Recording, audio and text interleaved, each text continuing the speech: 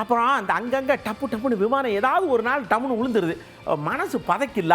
இந்த விமானம் விழாமல் இருக்கிறதுக்கு, விமானத்தில் ஆக்சிடென்ட் ஆகாமல் இருக்கிறதுக்கு நீங்கள் ஏதாவது ஐடியா தர முடியுமா? நம்ம அந்த கம்பெனிக்காரங்களுக்கு சொல்லுவோம்னு கேட்டோம்.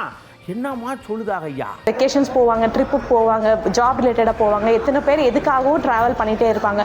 எவ்வளோ கனவோடு இருந்திருப்பாங்க, எவ்வளோ லட்சியத்தோடு போயிருப்பாங்கன்றது இப்போது சோசியல் மீடியாவில் பரவிட்டு இருக்க ஃபோட்டோலாம் பார்த்தா மிகவும் வருத்தமாக இருக்குது. இந்த அனைத்து விமானங்களுமே, விமான நிலையங்களும் தனியார் துறைக்கு தாரை வார்த்ததன் பின்னணியில் தான் இந்த விபத்தானது நடந்திருக்கிறது. இதேமாரி ஒரு போற விபத்து இனிமேல் நடக்காதவாறு விமானத்தை இயக்குற ஒவ்வொரு நிறுவனமும் அதுக்கான முன்னெச்சரிக்கை நடவடிக்கை எடுக்கணும். ஒரு நல்ல ஒரு விமான போக்குவரத்தில் நம்மளுக்கு பெஸ்ட்டாக வேணும் அப்படின்னா ஒரு நியூவாக கொண்டு வந்தால் மட்டுமே அது முடியும்னு கருத்து நான் தெரிவிக்கிறேன். விமான நிறுவனங்கள் குவாலிட்டியான விமானங்களை இயக்கணும். பயணிகளுடைய அந்த விமான பயணிகளுடைய அந்த பாதுகாப்பை கண்டிப்பாக உறுதிப்படுத்தணும். இந்த விமானம் எதுவும் ஆகாது, இதை எல்லாமே நாங்கள் செக் பண்ணிட்டோம் அப்படிங்கிற ஒரு ரிசல்ட்டை கண்டிப்பாக மக்களுக்கு தெரிவிச்சாக்க மனம் கலங்காம விமானத்துல பயணம் செய்ய முடியும். காஸ்ட் கட்டிங்ன்ற விஷயத்தை இதுல பார்க்க கூடாது.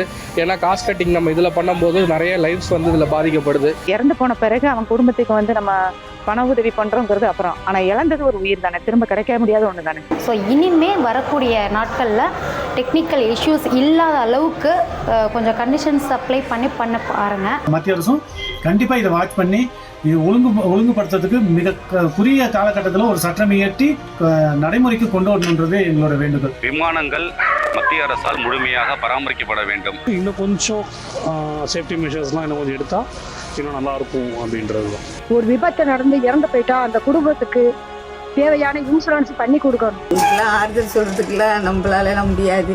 நான் இது பார்த்ததுல தான் நானே ரொம்ப கலங்கிட்டேன்.